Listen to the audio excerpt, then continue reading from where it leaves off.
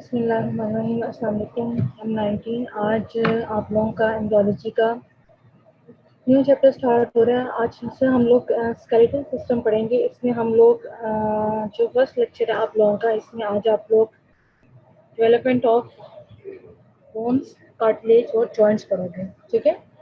Bones cartilage का काफ़ी हिस्सा जो है आप लोग जो आप लोग आज हम डिस्कस करेंगे वो आप लोग हिस्टोलॉजी में काफ़ी कुछ पढ़ चुके हो। इंशाल्लाह आप के लिए आसान होगा आज का लेक्चर। तो सबसे पहले बेटा अब हम लोग शुरू करते हैं। थर्ड वीक ऑफ डेवलपमेंट में अगर आप लोगों को याद हो, जब 3 जम्प्स लेयर बनी थी उसके बाद नोटोकॉर्ड की फॉर्मेशन और न्यूरल ट्यूब की फॉर्मेशन हुई थी इन द थर्ड वीक में।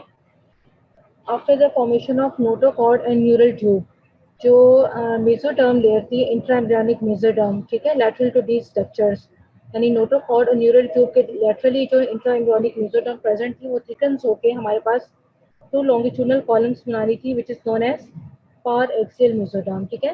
पार एक्सियल मेसोडर्म बेटा one of the most obvious structure जो कि डिराइव होता है from the paraxial mesoderm, वो हमारे पास बोन्स होती हैं। ठीक है।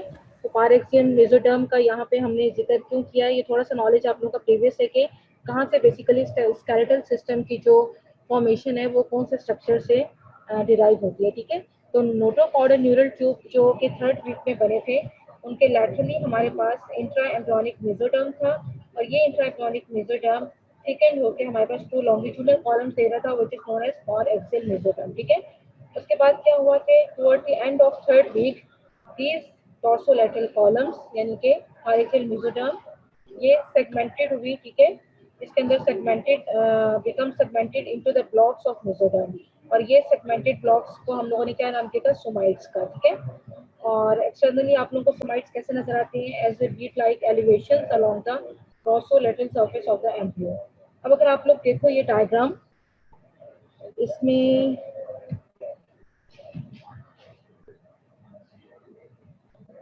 बेटा पेज नंबर जो है इसमें आप लोगों के स्केलेटल सिस्टम आई थिंक 337 से स्टार्ट हो रहा है। ठीक है। आप लोगों के टाइम टेबल में शायद पेज नंबर गलत लिखे हुए 337 आप लोगों का जो है स्केलेटल सिस्टम, उसमें आप लोग देखो बुक में वहाँ से स्टार्ट हो रहा है। अच्छा, अब हम बात कर रहे थे इस डायग्राम में हम लोगों ने कहा कि नोटोकॉर्ड और न्यूरल ट्यूब के अराउंड हमारे पास इंटर एम्ब्रियोनिक मेसोडर्म जो होगी उसकी थिकनिंग होगी और वो पारेक्सियल मेसोडर्म बनाएगा। अब यहाँ पे इस डायग्राम में अगर आप लोग देखो तो ये आप लोगों को एक डॉर्सल जो दिखाया हुआ है एम्ब्रियो का, तकरीबन 18 डेज एम्ब्रियो है, और इसमें जब आप लोग इसका ट्रांसफर सेक्शन लोगे इसमें आप लोगों को neural fold, neural groove, neural plate वगैरह नजर आ रही है। और जब इस जगह से आप लोग इसका ट्रांसफर सेक्शन लोगे तो यहाँ पर आप लोगों को सेंटर में नोटोकॉर्ड मिलेगी। नोटोकॉर्ड के अराउंड आप लोगों को this one is the neural plate ऊपर इसके, और जहाँ पे ये फोल्डिंग हो रही है इसके अराउंड जो है इंट्रा एम्ब्रियोनिक मेसोडर्म दोनों साइड पे ये थिकन होके हमारे पास लॉन्गिट्यूडनल कॉलम से रहा है, which is known as paraxial mesoderm. और पार एक्सियल मेसोडर्म मैंने आप लोगों को बताया कि रोल प्ले करेगा in the formation of bone. इसके साथ साथ इंटरमीडिएट मेसोडर्म भी है, और लैटरल मेसोडर्म भी मिल रही है। Lateral plate mesoderm basically limb skeleton generate करता है। नेक्स्ट डायग्राम में अगर आप लोग देखो, this is the next diagram. इसमें क्या हो रहा है कि आप न्यूरल फोल्ड्स जो है आप लोगों को जो नजर आ रहे हैं वो तकरीबन फ्यूज होकर न्यूरल ट्यूब बना रहे हैं। नीचे आप लोग देखो नोटोकॉर्ड है और इसके अराउंड पारेक्सियल मेसोडर्म था, इसके अंदर सेगमेंटेड ब्लॉक्स जो हैं वो मेसोडर्म के अपेयर होने शुरू हो गए, जिनको हम लोगों ने सोमाइट्स का नाम दिया। ठीक है। और ये सोमाइट्स जो होंगे बेसिकली स्ट्रक्चर में फॉर्मेशन ऑफ और डिफरेंशिएशन ऑफ सोमाइट्स शो की हुई है। इसके बाद सोमाइट्स नेक्स्ट अगर आप लोग डायग्राम देखो, ये इसमें जो है ट्रांसफर सेक्शन जो है वो एम्ब्रियो का तकरीबन 24 डेज पे दिखाया हुआ है, जिसमें फोल्डिंग ऑफ एम्ब्रियो जो हो रही है। यहाँ पे ये फोल्डिंग एरोज जो है ये फोल्डिंग को शो करें इन हॉरिजॉन्टल प्लेन। इस जगह पर अगर आप लोग सोमाइट्स को देखो, सोमाइट्स के आप लोगों ने फर्दर पढ़ा होगा कि 2 पार्ट्स में डिफ्रेंशिएट होगा। एक टॉर्सोलैटरल पार्ट जो होगा उसको हम डर्मोमायोटोम कहेंगे, और एक वेंट्रोमीडियल पार्ट होगा जो दोनों साइड्स पे, ये स्क्लेरोटोम कहलाएगा। और ये रोल प्ले करेंगे, स्क्लेरोटोम बेसिकली रोल प्ले करेगा in the formation of then cartilage and bone. ठीक है। आगे हम लोग देखते हैं एक सोमाइट डिफरेंशिएट्स इनटू 2 पार्ट्स, जो कि मैंने आप लोगों को दिखाया है। द वेंट्रोमीडियल पार्ट जिसको हम स्क्लेरोटोम का नाम देंगे, और इसके बाद दूसरा जो है इसके सेल्स होंगे बेसिकली वर्टिब्री और रिब्स बनाएंगे। ठीक है। जो कि दूसरा पार्ट जो है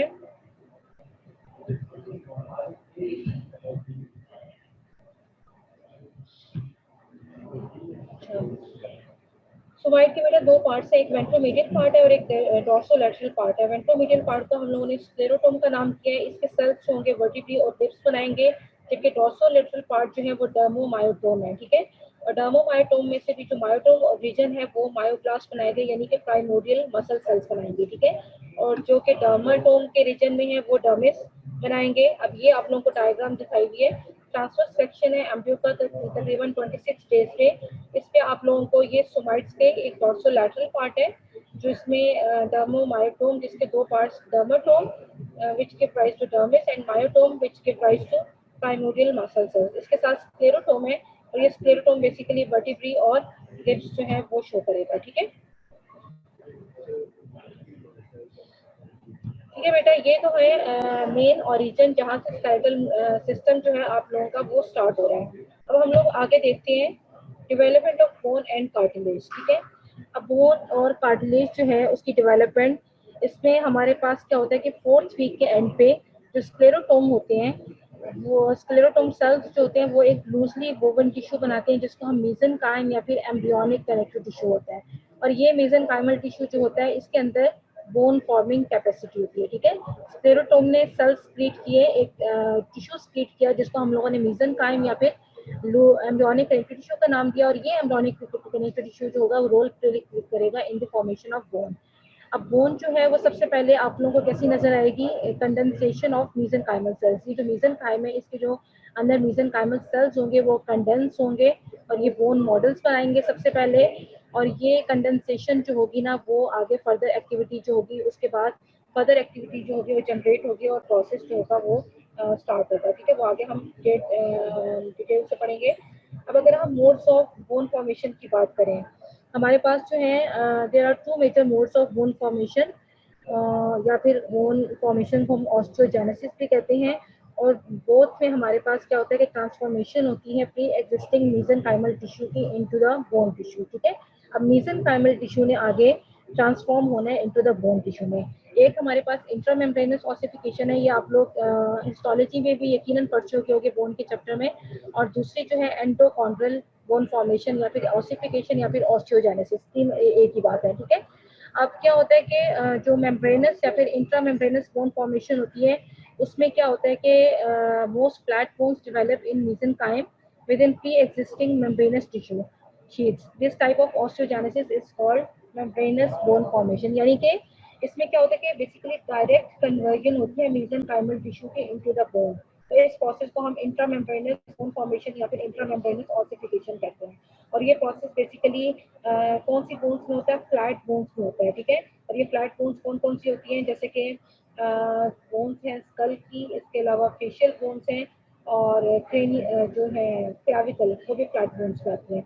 सो द फ्लैट बोन्स पे हमारे पास इंट्रामेम्ब्रेनस ऑसिफिकेशन होगी, बोन फॉर्मेशन होगी जिसमें डायरेक्ट कन्वर्जन होगी मेसेनकाइमल टिश्यू की इनटू द बोन, ठीक है। इसके अलावा दूसरा जो है एंडोकॉन्ड्रल बोन फॉर्मेशन, इसमें क्या होगा कि मेसेनकाइमल मॉडल्स जो होंगे मोस्ट लिम्ब बोन्स के, फ्लैट बोन्स के अलावा बाकी तकरीबन मोस्टली बोन्स खासतौर पर जो लॉन्ग बोन्स होती हैं वो बनती हैं थ्रू दिस मेथड। और इसमें क्या होता है कि मेसेनकाइमल मॉडल्स जो होते हैं मोस्ट लिम्ब बोन्स के वो पहले ट्रांसफॉर्म होंगे इनटू कार्टिलेज बोन मॉडल्स और उसके बाद which later become ossified by endochondral bone formation, ठीक है।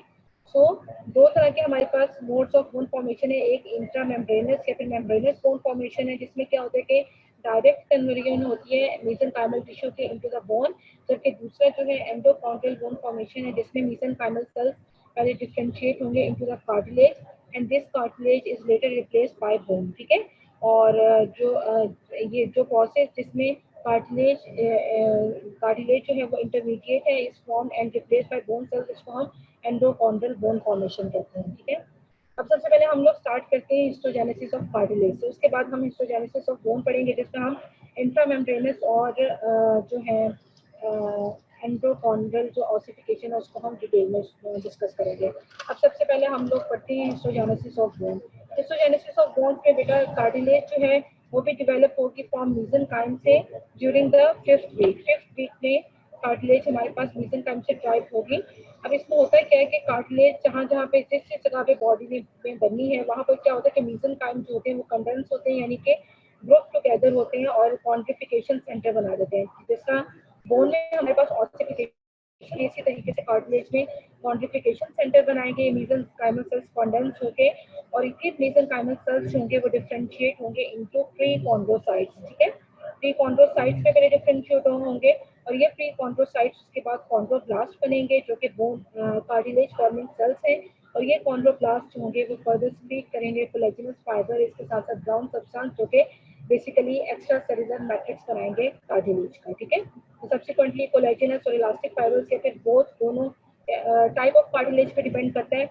अगर हाईलाइन और फिब्रोकार्टिलेज होगी तो उसमें कोलेजिनस फाइबर्स ज़्यादा होंगे, इलास्टिक में इलास्टिक फाइबर्स, ये दोनों डिपॉजिट होंगे इन द इंटरसेलुलर सब्सटेंसेस यानी कि मैट्रिक्स बनाएंगे। ठीक है, so three types of cartilages हैं हमारे पास और ये डिपेंड करती हैं, आप लोग पढ़ चुके हो हिस्टोलॉजी में, आप लोगों को क्लियर होगा हम इनको कैसे क्लासिफाई करते हैं according to the type of matrix that is form. ठीक है, तो मोस्टली जो मोस्ट वाइडली डिस्ट्रीब्यूटेड टाइप है वो हाइलेन कार्टिलेज है। इसके एग्जांपल्स जॉइंट्स में होती है हमारे पास आर्टिकुलर कार्टिलेज, इसके अलावा फाइब्रो कार्टिलेज है जिससे intervertebral disc, and the next one is elastic cartilage.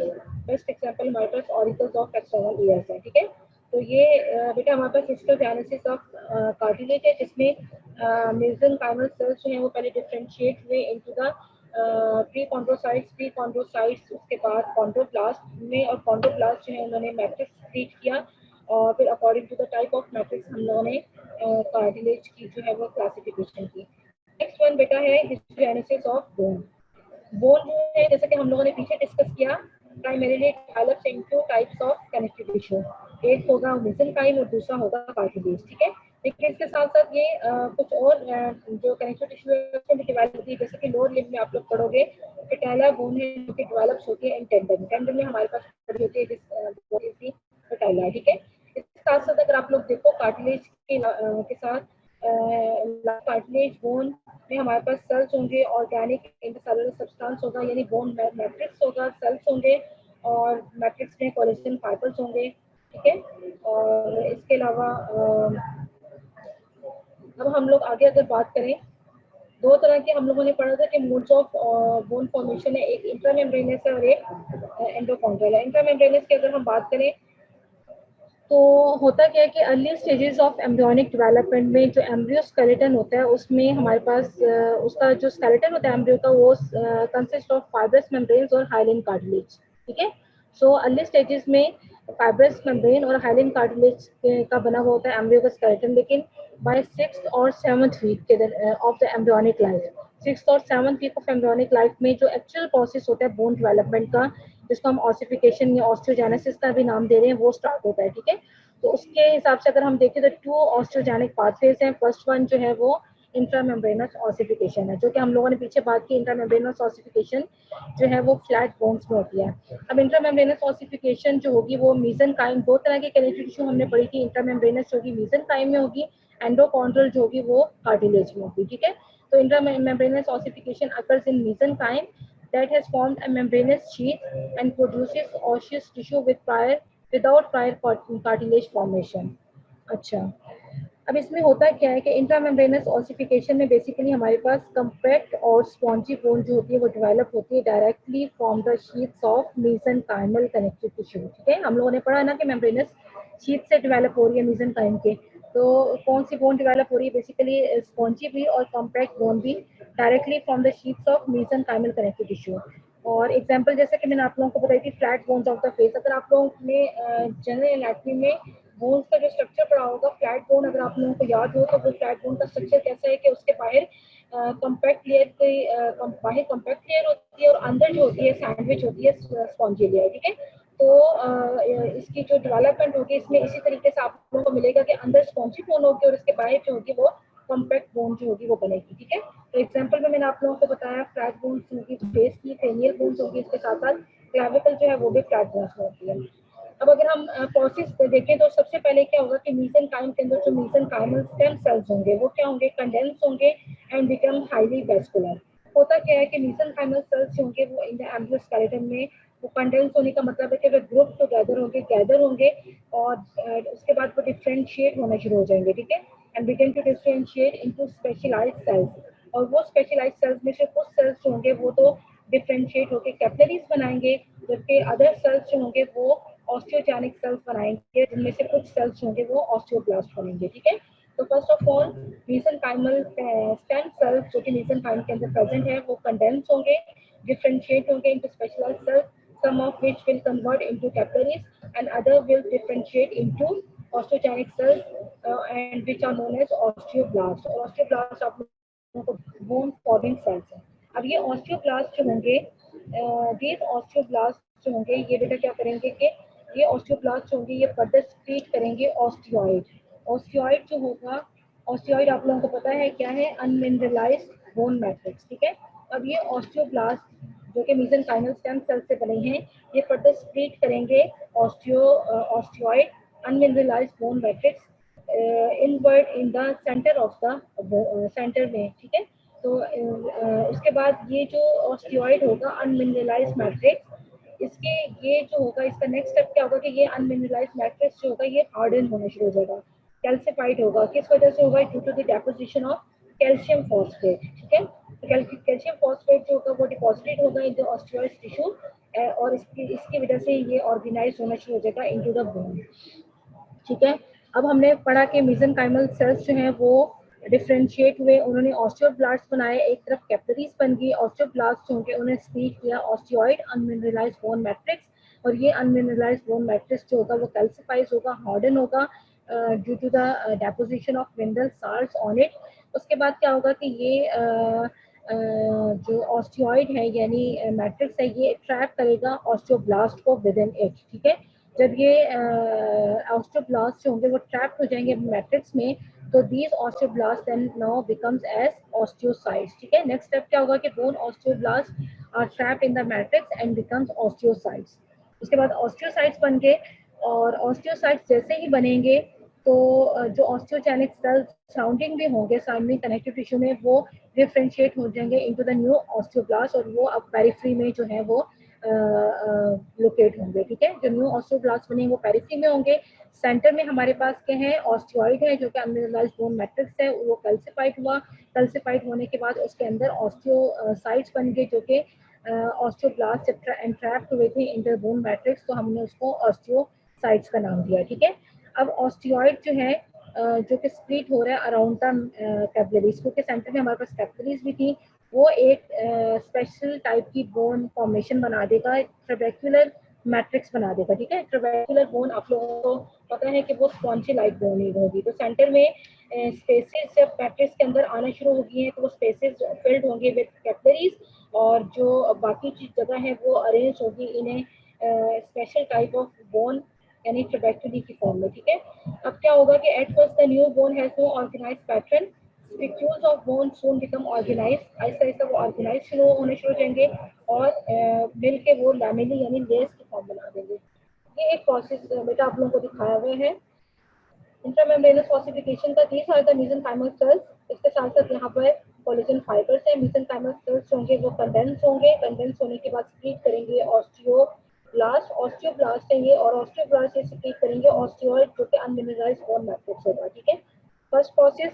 Next one क्या होगा कि ये ऑस्टियोइड जो होंगे इसके अंदर ऑस्टियोब्लास्ट जो होंगे वो ट्रैप होंगे, जब वो ट्रैप हो जाएंगे तो वो ऑस्टियोसाइट्स में कन्वर्ट हो जाएंगे और न्यू ऑस्टियोब्लास्ट बन जाएंगे एट द पेरिफेरी, ठीक है। ये पेरिफेरी में आप लोगों के पास न्यू ऑस्टियोब्लास्ट है, बाहर आप लोगों के पास मेसेंकाइमल सेल्स और कोलेजन फाइबर्स प्रेजेंट है, ठीक है।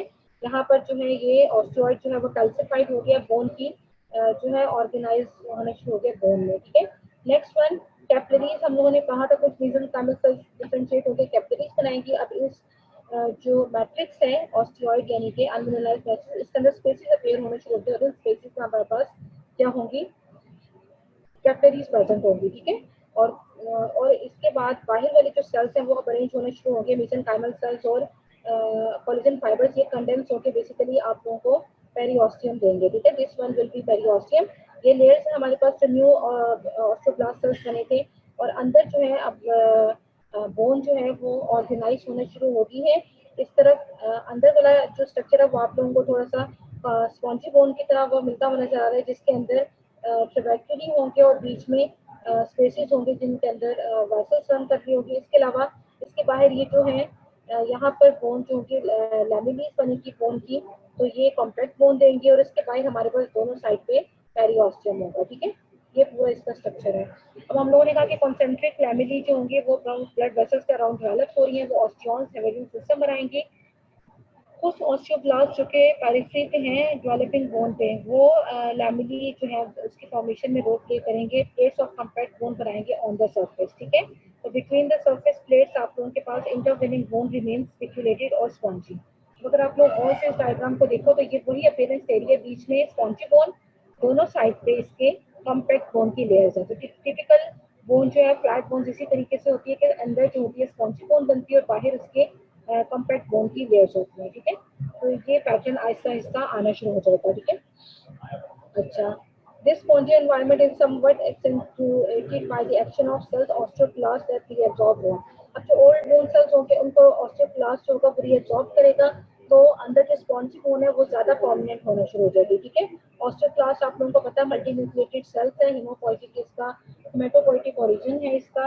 अब जो गैप्स हैं स्पॉन्जी बोन के, in the interstitials of the spongy bone, gaps के अंदर मेसेनकाइम जो होगा वो डिफरेंशिएट होगा इनटू द बोन मैरो। आप लोगों को पता है स्पॉन्जी बोन के अंदर हम लोगों के पास ये मैरो कैविटीज होती है जिसके अंदर मैरो सेल्स होते हैं, ब्लड सेल्स जो कि ब्लड सेल के फॉर्मेशन में रोल प्ले करते हैं। इसके अलावा कैपिलरीज वगैरह होती हैं। ठीक है, और बाहर जो होगा वो ट्रेबेक्युली होंगे स्पॉन्जी बोन के। ठीक है, अच्छा, इस सारे प्रोसेस में हार्मोन्स एंड साइटोकाइन्स जो होंगे वो रेगुलेट करेंगे remodelling of the bone by coordinated action of osteoclast and osteoblast. यानी कि ऑस्टियोक्लास्ट जो होंगे वो ओल्ड जो सेल्स होंगे उनको रिमूव करते जाएंगे और ऑस्टियोब्लास्ट जो पेरिफेरी में होंगे वो न्यू बोन सेल्स जो होंगे वो न्यू बोन जो होंगे वो फॉर्म करते जाएंगे। इस वजह से बोन की रिमॉडलिंग जो है वो उसको बैलेंस करते रहेंगे। ठीक है, ये तो है बेटा इंट्रामेम्ब्रेनस ऑसिफिकेशन।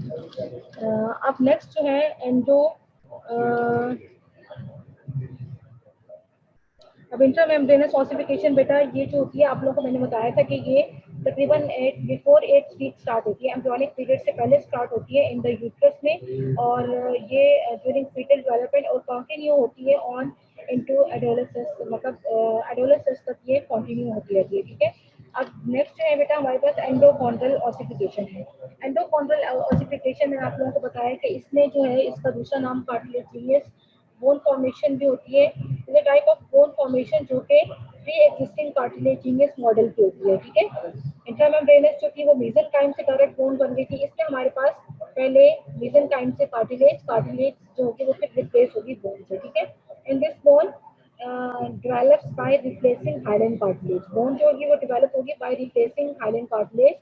कार्टिलेज होगी वो बोन नहीं बनेगी बल्कि instead it serve as a template to be completely replaced by a new bone. ठीक है, कार्टिलेज बोन में कन्वर्ट नहीं होगी बल्कि कार्टिलेज रिप्लेस होगी बाय बोन। ठीक है, अच्छा, अब ये हम लोगों ने पढ़ा है कि ये लॉन्ग बोन्स में टिपिकल एग्जांपल है। इसके अलावा बाकी सारी बोन्स में होती है एंडोकॉन्ड्रल ऑसिफिकेशन एक्सेप्ट फ्लैट बोन्स जिसमें इंट्रामेम्ब्रेनस होगी।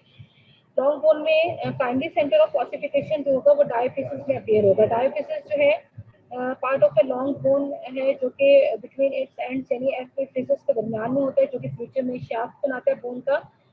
अब होता क्या है कि एट अबाउट 6 to 8 वीक्स के ऑफ द इंट्रायूटेराइन लाइफ में जो मेसेनकाइमल सेल्स होते हैं कुछ, वो पहले डिफरेंशिएट होंगे इनटू कॉन्ड्रोसाइट्स। कॉन्ड्रोसाइट्स में डिफरेंशिएट हुए। अब मोर मैट्रिक्स जो होगा वो as more matrix is produce the chondrocytes in the centre of the ossification. ठीक है, जो कॉन्ड्रोसाइट्स हैं in the centre of ossification centre वो इंक्रीज होंगे साइज में, हाइपरट्रॉफी होगी उनकी, मैट्रिक्स जो होगा वो कैल्सिफाइड होगा, और जब मैट्रिक्स कैल्सिफाइड होगा जो सेंटर में कॉन्ड्रोसाइट्स हैं उनको फर्दर न्यूट्रिशन नहीं मिलेगी, और जब फर्दर न्यूट्रिशन नहीं मिलेगी तो ये कॉन्ड्रोसाइट्स होंगे वो इनकी डेथ होना शुरू हो जाएगी, और इसके नतीजे में जो कार्टिलेज है सराउंडिंग कार्टिलेज वो भी डिसइंटीग्रेट हो जाएगी। अगर आप लोग इस डायग्राम में देखो, this one is the cartilage model जो कि आगे फर्दर रिप्लेस होती है बोन से। पहले प्रोसेस में क्या हुआ, ये मेसेनकाइमल सेल्स है, ये इसको थोड़ा सा बड़ा करके दिखाया हुआ है इसका व्यू, जिसमें सारा स्ट्रक्चर अंदर से बाहर की तरफ, बाहर से अंदर की तरफ जाए। पहले मेसेनकाइमल सेल्स है, पेरिकॉन्ड्रियम शो की हुई है, कॉन्ड्रोब्लास्ट, और यहाँ पे कॉन्ड्रोसाइट्स होंगे मैट्रिक्स। अब क्या होगा कि ये कॉन्ड्रोसाइट्स जो हैं ऑसिफिकेशन सेंटर में, जो सेंटर में हमारे पास पड़े हुए होते हैं, जब ये मैट्रिक्स जो होगा वो ज़्यादा से ज़्यादा बनना शुरू हो जाएगा तो कॉन्ड्रोसाइट्स होंगे वो इंक्रीज करेंगे इन साइज में, एनलार्ज होंगे, ये कैल्सिफाइड मैट्रिक्स कैल्सिफाइड हो जाएगा।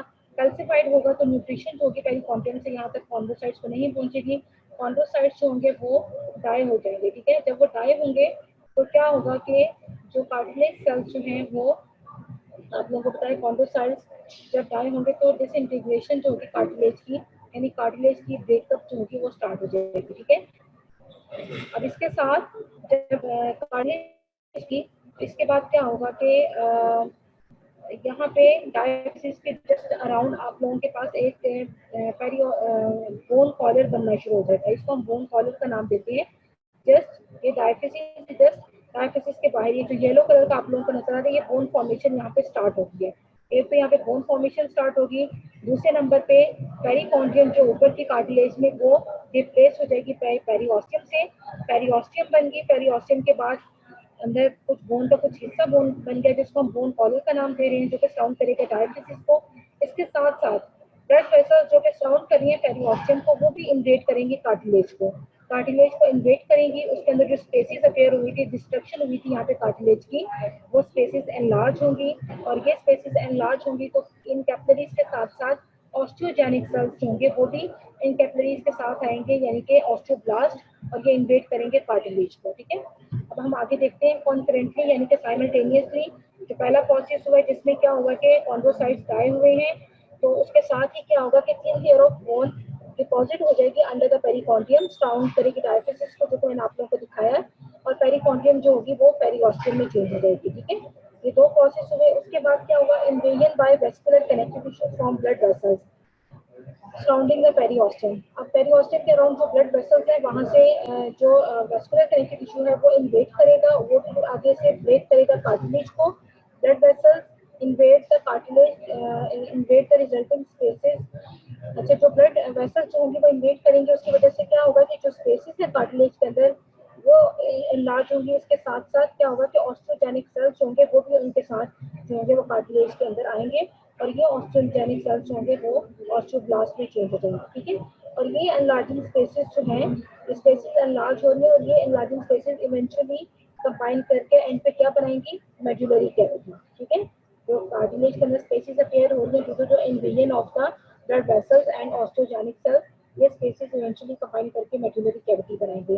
अब कुछ इन्वेडिंग सेल्स होंगे इनमें से वो डिफरेंशिएट होंगे इनटू द हीमोपोएटिक सेल्स यानी blood cells of the bone marrow, और ये प्रोसेस जो होगा, अब ये जो डायलिसिस के अंदर प्रोसेस स्टार्ट हुए बेसिकली कंटिन्यू होगा towards the epiphysis ends of the bone. ठीक है, और ये structures of bones are remodelled by the action of osteoclast and osteoblast, यानी इसमें वही प्रोसेस होगा कि अब ये जो है इन्वेजन होगी है, स्टार्ट होगी है बोन, कार्टिलेज जो है वो खत्म होने शुरू होंगे, बोन स्टार्ट होगी है, बोन्स के स्ट्रक्चर्स जो हैं वो अब रीमॉडल होने शुरू हो जाएंगे बाय द ओल्ड जो होगी वो रिमूव होगी, वही ऑस्टियोक्लास्ट, और न्यू बोन फॉर्मेशन जो होगी वो ऑस्टियोक्लास्ट से कंटिन्यू रहेगी। ठीक है, और ये सारा प्रोसेस जो होगा towards the end of the dialysis तक कंटिन्यू रहेगा दोनों साइड से। ठीक है, अब क्या है यहाँ पर डायलिसिस में ये एपिफिसिस तक जा रहा है सारा प्रोसेस, और इसमें एपिफिसिस में सेकेंडरी ऑसिफिकेशन सेंटर अपीयर हो रहे हैं, प्राइमरी ऑसिफिकेशन ऑसिफिकेशन सेंटर जो है वो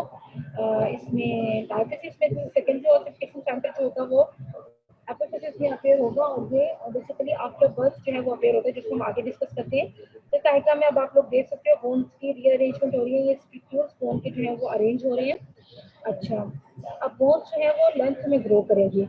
अब लेंथनिंग जो होगी बोन्स की, लॉन्ग बोन्स की, वो बेसिकली कहाँ पर होती है, एट डायफिजियल एपिफिजियल जंक्शन, यानी कि जहाँ पे डायफिसिस एपिफिसिस के साथ मिलती है, और बेसिकली लेंथनिंग जो होगी है बोन्स की वो डिपेंड करती है ऑन एपिफिजियल कार्टिलेज प्लेट, जिसको हम ग्रोथ प्लेट का भी नाम देते हैं। ठीक है, दिस वन ग्रोथ प्लेट या फिर एपिफिजियल कार्टिलेज प्लेट, और बेसिकली लेंथनिंग होगी इस पर डिपेंड करती है। होता क्या है कि यहाँ पर एपिफिजियल कार्टिलेज प्लेट्स पे हमारे पास कॉन्ड्रोसाइट्स होते हैं जो कि पॉलिफेट करते हैं, और यहाँ पे भी एंडोकॉन्ड्रल बोन फॉर्मेशन वाला सारा प्रोसेस होता है, और ये बोन जो होती है वो ग्रो करती है इन लेंथ में। ठीक है, आप लोगों ने शायद हिस्टोलॉजी में पढ़े हों इसके सारे प्रोसेस, अच्छा, on the epiphyseal side of the epiphyseal plate, epiphyseal plate की जो एपिफिजियल साइड है वहाँ पे कार्टिलेज बनेगी, जबकि डायफिजियल प्लेट जो होगी वो अब रिप्लेस हो रही है, यानी कि ऑसिफाइड हो रही है और वो बोन में रिप्लेस हो रही है।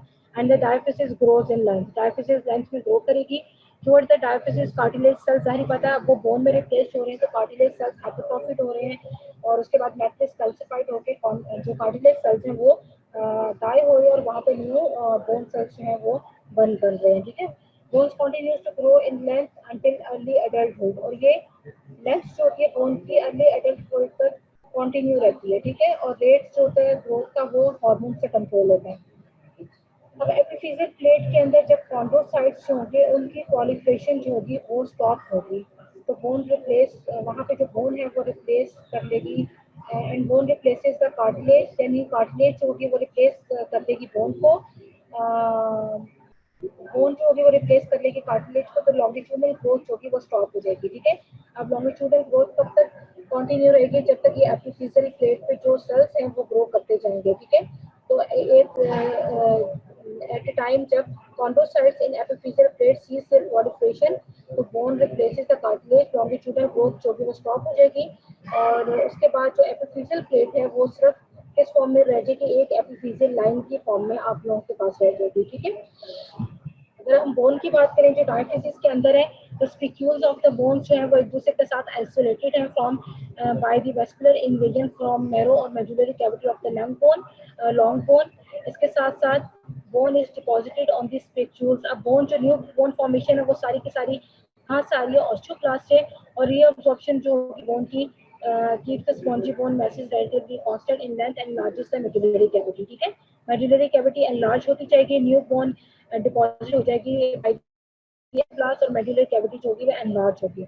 अब ऑसिफिकेशन जो होगी लिम्ब बोन्स की, वो at the end of embryonic period start होती है, और इस वजह से thereafter it makes demands on the maternal supply of calcium phosphorus, so it depends on the maternal supply of calcium and phosphorus because they are important for the mineralization of the bone. So pregnant, इसी वजह से pregnant women जो है उनको adequate intake of these elements जो है वो necessary होता है for their healthy bones and teeth, ठीक है।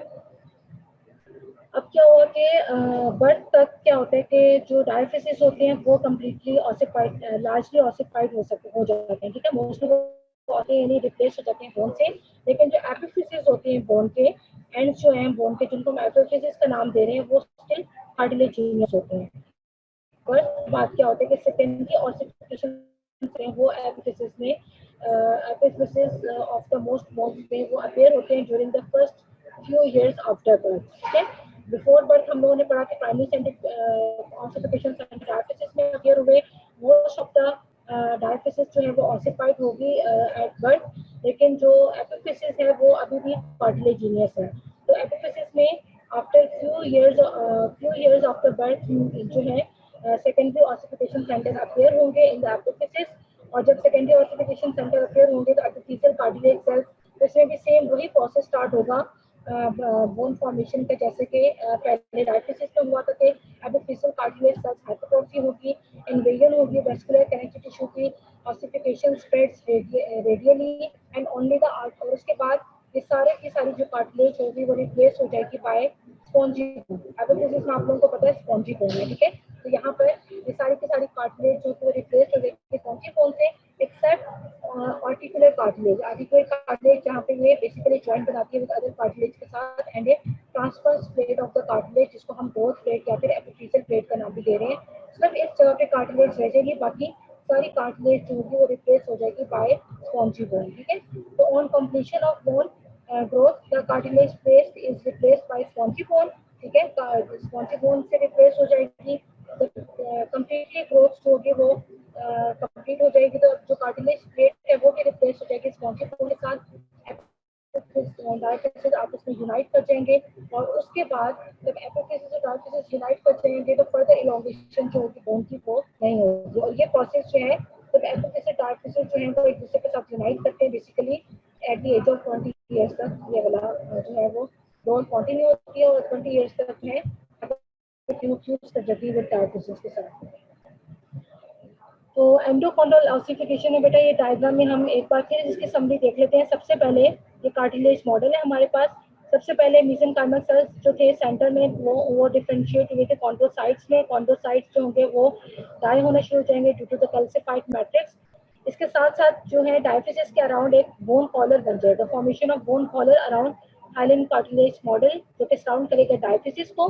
इसके बाद क्या हो रहा है, नेक्स्ट स्टेप में आप लोग देख सकते हो कैविटेशन हो रही है हाइलन कार्टिलेज के अंदर, कैविटीज अपीयर होने शुरू हो गई। कैविटीज जो होंगे उसके अंदर ब्लड वेसल्स आ जाएंगी और पेरीऑस्टियम पेरिकॉन्ड्रियम जो होगा वो भी रिप्लेस हो जाएगा पेरीऑस्टियम के साथ। अब यहाँ पर इन्वेजन हो गया इंटरनल कैविटीज की बाय ब्लड वेसल्स, ठीक है, और स्पॉन्जी बोन फॉर्मेशन स्टार्ट होने शुरू होती है। उसके बाद क्या होगा कि उसके बाद मेडुलरी कैविटी यहाँ पे स्टार्ट हो जाएगी। ऑस्टियोब्लास्ट ऑस्टियोक्लास्ट की जो है वो वर्किंग स्टार्ट हो जाएगी और मेडुलरी कैविटी एनलार्ज होगी as the ossification continuous. Appearance of secondary ossification centres जो होंगे आफ्टर बर्थ इन एपिफिसिस में जो है वो अपीयर होने शुरू हो जाएंगे, ठीक है। यहाँ पे मेडुलरी कैविटी एनलार्ज होगी है और एपिफिसिस में हमारे पास स्पॉन्जी बोन फॉर्मेशन स्टार्ट होगी after the appearance of secondary ossification centre. अब कार्टिलेज जो है वो हमारे पास सिर्फ आर्टिकुलर कार्टिलेज की फॉर्म में रहती है और एक एपिफिशियल कार्टिलेज प्लेट यानी ग्रोथ प्लेट की फॉर्म में रहती है। और ये ग्रोथ प्लेट जो होगी वो कब खत्म होगी, एट द एज ऑफ 20, जब ये ग्रोथ जो होगी लॉन्ग बोन्स की कम्प्लीटली सीज हो जाएगी और उस वक्त ये एपिफिशियल प्लेट जो होगी वो in the form of epiphyseal line में आप लोगों को मिलेगी और उस वक्त डायफिसिस जो होगा वो एपिफिसिस के साथ यूनाइट कर जाएगा, ठीक है। ये थ्रू आउट प्रोसेस है एंडोकॉन्ड्रल ऑसिफिकेशन का। नेक्स्ट बेटा हम लोग देखते हैं, हमने पढ़ा था कि डायमीटर में लेंथ में बोन कैसे ग्रो करी है। अब डायमीटर में हम लोग देखते हैं कि बोन कैसे ग्रो करती है। डायमीटर में बोन जो है वो थ्रू आउट लाइफ जो है वो ग्रो करती रहती है। तो growth in diameter of a bone results from, अब ये बेसिकली होती कैसे, deposition of bone at the periosteum. Deposition of bone कौन करवा रहा है, ऑस्टियोब्लास्ट। तो डेपोजिशन ऑफ बोन हो रही है और इसके साथ साथ form resorption on the internal medullary surface. Resorption हो रही है बोन की from the internal medullary surface और ये कौन से सेल्स करवा रही है, ऑस्टियोक्लास्ट। तो बेसिकली इन दोनों के बैलेंस की वजह से डायमीटर जो होता है वो इसका बैलेंस में रहता है। The rate of deposition and resorption is balanced to regulate the thickness of the compact bone and the size of the medullary cavity, ठीक है। The internal organization of the bones continues throughout life। और ये basically ये through out life जो होती है वो continue होती है। होता क्या है इसमें, while bones are increasing in length they are also increasing in diameter, ठीक है। और growth in diameter can continue even after longitudinal growth ceases, ठीक है। डायमीटर में जो ग्रोथ होगी वो कंटिन्यू रहेगी, बेशक जो लेंथ में है वो जब खत्म हो जाए उसके बावजूद डायमीटर में जो ग्रोथ होगी वो बोन की वो कंटिन्यू रहेगी और इस प्रोसेस को हम, इस ग्रोथ को हम एपोजिशनल ग्रोथ का नाम देते हैं, ठीक है। अब ऑस्टियोक्लास्ट जो होते हैं वो बेसिकली क्या करते हैं, ओल्ड बोन को रिजॉर्ट करते हैं जो कि मेडुलरी कैविटी को लाइन कर रही होती है और इसके मुकाबले में जो ऑस्टियोब्लास्ट होते हैं वो इंट्रामेम्ब्रेनस ऑसिफिकेशन के through new bone tissue produce करते हैं बीनीथ द पेरियोस्टियम, क्योंकि पेरियोस्टियम के इंटरनली प्रेजेंट होते हैं ऑस्टियोब्लास्ट और ये osteoblast new bone formation by intramembranous ossification के थ्रू बना रहे होते हैं, जबकि ऑस्टियोक्लास्ट जो होते हैं वो मेडुलरी कैविटी को लाइन कर रहे होते हैं तो वो ओल्ड बोन जो होते हैं उसको रिजॉर्ब उसको कर रहे होते हैं, ठीक है। तो erosion of old bone along the medullary cavity and the deposition of new bone beneath the periosteum not only increase the diameter of the diaphysis, इन दोनों प्रोसेस की वजह से क्या होता है कि not only increase the diameter of diaphysis but also increase the diameter of the medullary cavity, ठीक है। ना सिर्फ डायफिसिस का डायमीटर इंक्रीज हो रहा है बल्कि मेडुलरी कैविटी के डायमीटर भी इंक्रीज होते हैं और इस प्रोसेस को हम लोग मॉडलिंग का नाम देते हैं, ठीक है। बोन मॉडलिंग और रीमॉडलिंग आप लोगों ने पढ़ी होगी। बेटा ये तो था आप लोगों की डेवलपमेंट ऑफ वो कार्टिलेज एंड बोन। इसमें मोस्ट इंपॉर्टेंट एंडोकॉन्ड्रल इंट्रामेम्ब्रेनस ऑसिफिकेशन है जो कि आई होप, मुझे लगता है आप लोगों को पहले से अच्छे तरीके से आप लोगों ने हिस्टोलॉजी में भी कवर की हुई है। अब नेक्स्ट बेटा हमारा टॉपिक है डेवलपमेंट ऑफ जॉइंट्स।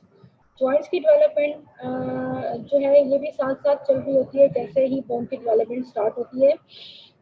होता क्या है कि joints begin to develop with the appearance of condensed mesenchyme in the joint interzone during the 6th week, यानी 6th week पे, और 6th week पे हम लोगों ने पढ़ा था 6th से 7th week पे बोन की डेवलपमेंट जो होती है वो भी स्टार्ट हो रही होती है।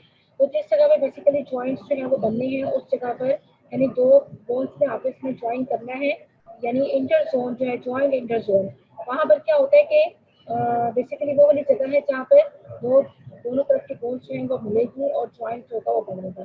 सो तो जॉइंट इंटर जोन पे हमारे पास मेसेंकाइम की कंडेंसेशन जो होती है वो स्टार्ट होने शुरू हो जाती है ड्यूरिंग द 6th वीक, और by the end of 8th week they resemble adult joints. ठीक है, तो डेवलपमेंट ऑफ जॉइंट्स में हमारे पास जो है by the condensation of mesenchyme जो होगी वो होगी, बिगिन होगी। अब जॉइंट्स को अगर हम क्लासिफाई करें तो फाइबर्स जॉइंट्स होते हैं, कार्टिलेजिनस जॉइंट्स होते हैं और साइनोवियल जॉइंट्स होते हैं। ठीक है, joints with little or no movement are classified according to the type of material holding the bones together. For example, जैसे कि फाइबर्स जॉइंट है तो इनके दरमियान में फाइबर्स टिश्यू होगा जो कि इनको होल्ड कर रहा है। अब अगर हम वन बाय वन देखें तो first of all fibres joint है। फाइबर्स जॉइंट की डेवलपमेंट में क्या होता है कि जो इंटरजोनल मेसेंकाइम होती है बिटवीन द डेवलपिंग बोन्स, दोनों तरफ की जो बोन्स हैं जिन्होंने जॉइंट बनाना है उनके दरमियान का जो एरिया है इंटरजोनल जॉइंट इंटरजोन, तो उसके अंदर जो मेसेंकाइम होता है वो बेसिकली क्या होता है कि वो डिफरेंशिएट होता है into the dense fibrous tissue, क्योंकि फाइबरस जॉइंट्स जो हैं वो एक दूसरे के साथ कनेक्टेड हैं थ्रू फाइबरस टिश्यू। तो ये इंटरजोनल मेसेंकाइम जो होगा वो डिफरेंशिएट होगा into the dense fibrous tissue. और इसमें इन जॉइंट्स में कौन सी एग्जांपल्स आती हैं, क्रेनियम में जो सूचर्स होते हैं बेसिकली वो फाइबरस जॉइंट्स होते हैं और वो एक दूसरे के साथ अटैच होते हैं बाय फाइबरस जॉइंट्स। इसके मुकाबले में अगर हम कार्टिलेजिनस जॉइंट्स की बात करें, during the development of cartilaginous joints interzonal mesenchyme जो होगी, अब इसके अंदर जो इंटरजोनल मेसेंकाइम होगी बिटवीन द डेवलपिंग बोन्स वो डिफरेंशिएट होकर इनटू द कार्टिलेज। अब कार्टिलेज कौन कौन सी हो सकती है, हाइलैंड कार्टिलेज हो सकती है और फाइब्रो कार्टिलेज हो सकती है। तो हाइलैंड कार्टिलेज कौन से जॉइंट्स में होंगी, कॉस्टोकॉन्ड्रल जॉइंट जो कि आप लोगों की रिब्स रिब्स के दरमियान में जो है कॉस्टोकॉन्ड्रल जॉइंट्स है, और फाइब्रोकार्टिलेज की एक टिपिकल एग्जांपल है प्यूबिक सिंथेसिस। ठीक है, तो इन कार्टिलेजिनस जॉइंट्स में जो मेसेंकाइम होगी वो डिफरेंशिएट होगी कार्टिलेज में, जिसमें हाइलिन भी हो सकती है और फाइब्रो भी हो सकती है। तो नेक्स्ट वन जो है वो, अगर आप लोग इसकी डायग्राम देखो, ये हमारे पास सबसे पहले डेवलपिंग बोन्स है, तो इनके दरमियान में इंटरजोनल मेसेंकाइम है। अब ये इंटरजोनल मेसेंकाइम जो है, अगर तो ये फाइबरस जॉइंट है तो इंटरजोनल मेसेंकाइम डिफरेंशिएट होगा फाइबरस टिश्यू में। ठीक है, अब अगर दिस वन हमारे पास कार्टिलेजिनस जॉइंट के एग्जांपल है, अगर तो ये कार्टिलेजिनस जॉइंट होगा तो ये इंटरजोनल मेसेंकाइम जो होगा वो डिफरेंशिएट होगा इनटू फाइब्रोकार्टिलेज। ठीक है, नेक्स्ट अगर हम लोग बात करें साइनोवियल जॉइंट्स की, तो during the development of synovial joints, इसमें टिपिकल एग्जांपल अगर हम लोग देखते हैं तो नी जॉइंट की जो इंटरजोनल मेसेंकाइम है बिटवीन द डेवलपिंग बोन्स वो डिफरेंशिएट कैसे होता है, वो तीन तरीकों से डिफरेंशिएट होता है। सबसे पहले पेरिफेरी पे जो इंटरजोनल मेसेंकाइम होगा वो जॉइंट कैप्सूल और लिगामेंट्स बनाएगा, सेंटर में मेसेंकाइम डिसअपीयर होगा, वहाँ पे जॉइंट कैविटी बना देगा, और इसके साथ साथ जॉइंट कैप्सूल और आर्टिकुलर सर्फेसिस को जो लाइन करेगी वो मेसेंकाइम जो है वो साइनोवियल मेम्ब्रेन बना देगी, जो कि फर्दर सीक्रेट करती है साइनोवियल फ्लूइड, जो कि आप लोगों को पता है। अगर हम इस डायग्राम में देखें, this is the example of synovial joint. Periphery में जो इंटरजोनल मेसेंकाइम है वो बेसिकली डिफरेंशिएट होकर कैप्सूल और लिगामेंट्स बनाएगी, सेंटर में मेसेंकाइम जो होगी वो डिसअपीयर होगी और वहाँ पे एक स्पेस बना देगी, स्पेस को हम जॉइंट कैविटी या साइनोवियल कैविटी का नाम देंगे। अब इस साइनोवियल कैविटी को जो लाइन करेगी वो डिफरेंशिएट होगी इनटू द साइनोवियल मेम्ब्रेन, और ये साइनोवियल मेम्ब्रेन जो होगा वो स्क्रीट करेगा साइनोवियल फ्लूइड, जो कि एग्जांपल है fibers and is a part of the joint capsule, fibrous capsule lined with synovial fluid। ठीक है, ये तो बेटा जॉइंट की डेवलपमेंट है जिसमें सीधा सीधा जो इंटरजोनल जॉइंट्स की क्लासिफिकेशन के ऊपर डिपेंड करता है कि इंटरजोनल मेसेंकाइम जो है वो डिवाइड होता है इनटू फाइबरस टिश्यू में, कार्टिलेज में, या फिर साइनोवियल जॉइंट्स में वो इस तरीके से जॉइंट कैविटी, कैप्सूल और लिगामेंट्स और साइनोवियल मेम्ब्रेन बनाता है। ठीक है, अब अगर हम बात करें probably as a result of joint movements, the mesenchymal cells subsequently disappear from the surface of the articular cartilages। अब होता क्या है कि जैसे जैसे मूवमेंट्स होती है, लिम्ब मूवमेंट्स होती है, जॉइंट मूवमेंट्स होते हैं, तो मेसेंकाइमल सेल्स होते हैं वो आर्टिकुलर कार्टिलेजेस के जो सर्फेसेस होती है उसमें डिसअपीयर होना शुरू हो जाते हैं। लेकिन अगर कोई एम्ब्रियोनिक या फीटल मूवमेंट्स में अगर कोई रेस्ट्रिक्टेड एम्ब्रियोनिक या फिर फीटल मूवमेंट्स होंगे due to abnormal intrauterine environment, अगर किसी भी वजह से, कोई प्रॉब्लम की वजह से इक्विटल या फिर एम्ब्रियोनिक मूवमेंट जो है वो रिस्ट्रिक्टेड हो जाती है, फीटस जो है वो सही तरीके से मूव नहीं करता, तो उसकी वजह से क्या होता है कि लिम्ब डेवलपमेंट में इंटरफेयर करते हैं और कॉज जॉइंट फिक्सेशन। तो जाहिर बात है लिम्ब मूव नहीं करेगी, जॉइंट मूव नहीं करेंगे तो जॉइंट की फिक्सेशन हो सकती है। ठीक है, ये इसमें बात बताई हुई है। अब एक क्लिनिकल हम लोग देख लेते हैं इसमें rickets. Rickets basically disease mostly common होती है इन चिल्ड्रन में, जिसमें क्या होता है कि is a disease in children attributable to a vitamin D deficiency. Basically इसमें विटामिन डी डेफिशिएंसी होती है। तो विटामिन डी डेफिशिएंसी रिकेट्स हमारे पास क्या है, is a skeletal disorder caused by a lack of vitamin D। Vitamin D की deficiency calcium या फिर फॉस्फेट की डेफिशिएंसी की वजह से होता है। और बेसिकली इन न्यूट्रिएंट्स का क्या काम है, these nutrients are important for the development of strong healthy bones। ठीक है, और ये न्यूट्रिएंट्स जो होते हैं वो हमें चाहिए होते हैं हेल्दी बोन्स की डेवलपमेंट के लिए। और जिनको रिकेट्स होता है उनकी जो बोन्स होती हैं वो वीक होती हैं, सॉफ्ट होती हैं। इसके अलावा उनकी जो ग्रोथ होती है वो स्टंटेड होती है और स्केलेटल डिफॉर्मिटीज भी हो सकती हैं सिवियर केसेस में। ठीक है, सो रिकेट्स हम लोगों ने पढ़ा है डिजीज है चिल्ड्रन में, जिसकी due to the vitamin D deficiency as well as calcium and phosphate. और विटामिन डी जो होता है वो रिक्वायर्ड होता है for calcium absorption by the intestine. अब कैल्शियम की जो एब्जॉर्प्शन होती है वो, अब विटामिन डी नहीं होगा तो कैल्शियम और फॉस्फेट जो है वो इंटेस्टाइन, जो आपकी बॉडी को चाहिए वो इंटेस्टाइन से एब्जॉर्ब नहीं होगा। और इसकी वजह से क्या होगा कि resulting deficiency of calcium and phosphorus होगा, तो कॉज क्या करेंगे, disturbances of ossification of the epiphyseal cartilage plates. Epiphyseal cartilage plates की जो ऑसिफिकेशन है उसको डिस्टर्ब करेगी, because they are not adequately mineralised, क्योंकि कैल्शियम फॉस्फोरस की डेफिशिएंसी की वजह से वो एडिक्वेटली मिनरलाइज नहीं हो रहे। और इसकी वजह से क्या होगा कि डिसओरिएंटेशन होगी सेल्स की एट मेटाफेसिस। ठीक है, बेसिकली विटामिन डी की डेफिशिएंसी है। विटामिन डी जो है हमें कैल्शियम और फॉस्फोरस के अब्जॉर्प्शन जो होती है जो इंटेस्टाइन उसके लिए चाहिए होते हैं। अगर विटामिन डी नहीं होगा तो कैल्शियम और फॉस्फेट की अब्जॉर्प्शन नहीं होगी, और उनकी डेफिशिएंसी की वजह से ऑसिफिकेशन जो होगी अफेक्ट होगी of the epiphyseal cartilage plates, और सेल्स जो होंगे वो डिसओरिएंटेड होंगे। ठीक है, तो होता क्या है, अब ब्रैकेट्स में होता क्या है कि लिम्स होंगी वो शॉर्टेंड होंगी, डिफॉर्म्ड होंगी। ठीक है, और swear going of the limb bones होंगी। तो लिम्स जो होंगी वो स्ट्रेट नहीं होगी बल्कि वो बोर्ड हुई होंगी। ठीक है, इसकी वजह से इसके साथ साथ ब्रैकेट्स जो होता है वो also delay closure of the fontanelles of the cranial bones in infants. Infants में जो फॉन्टेनल्स होते हैं, एक एंटीरियर फॉन्टेनल होता है, पोस्टीरियर फॉन्टेनल होते हैं। एंटीरियर फॉन्टेनल जो होते हैं जो आप लोगों की जो स्कल बोन होती है, फ्रंटल बोन और पैरेटल बोन्स उनको आपस में जोड़ते हैं, जबकि पोस्टीरियर फॉन्टेनल जो होता है वो पैरेटल और ऑक्सीपिटल बोन्स को जोड़ते हैं। तो इन्फेंट्स में क्या होता है कि एंटीरियर फॉन्टेनल और पोस्टीरियर फॉन्टेनल का एक प्रॉपर टाइम होता है, एक 1 ईयर ऑफ एज में और एक 18 मंथ्स में जो है वो क्लोज होते हैं। तो अगर रिकेट्स में क्या होता है कि इनकी क्लोजर जो होती है वो डिले होती है फॉन्टेनल्स की, तो जिसकी वजह से जो ग्रोथ है ब्रेन की वो अफेक्ट हो सकती है। ठीक है, इसके साथ साथ hereditary vitamin D resistant rickets जो है वो बेसिकली वो किस वजह से होता है कि विटामिन डी रिसेप्टर में म्यूटेशन होता है, उसकी वजह से हो सकता है। ठीक है बेटा, तो बच्चों ये तो था आपका आज का लेक्चर, जिसमें आप लोगों ने डेवलपमेंट पढ़ी है कार्टिलेज की, बोन्स की और जॉइंट्स की। और इसके बाद इसमें इम्पोर्टेंट चीज़ आप लोगों को जो मैंने बताई है कि वो कार्टिलेज की जो डेवलपमेंट है वो सिंपल है। बोन की जो डेवलपमेंट है उसमें हमने इंट्रामेम्ब्रेनस और एंडोकॉर्नियल ऑसिफिकेशन जो है वो पढ़ी है। और जॉइंट्स में भी सिंपल जॉइंट्स की क्लासिफिकेशन के ऊपर जो है उसके मुताबिक जो है वो उसकी डेवलपमेंट हो रही है। कार्टिलेजिनस जॉइंट्स है तो कार्टिलेज फॉर्म होगी, फाइब्रस जॉइंट्स है तो उनके दरमियान में फाइब्रस टिश्यू फॉर्म होगा।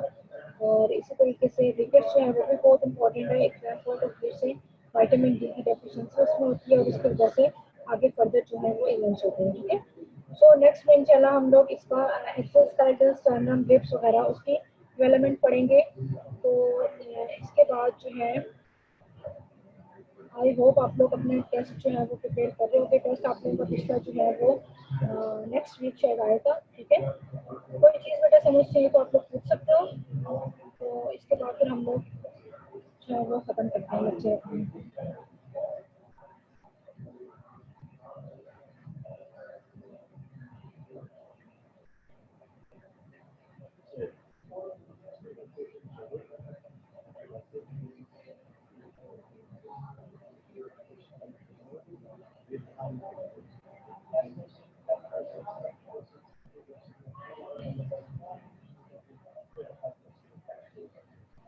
ठीक है बेटा, इंशाल्लाह फिर हम लोग नेक्स्ट लेक्चर में मिलेंगे, इसलिए हम लोग फर्दर इसको कंटिन्यू करेंगे। ओके, फिर अल्लाह हाफिज़।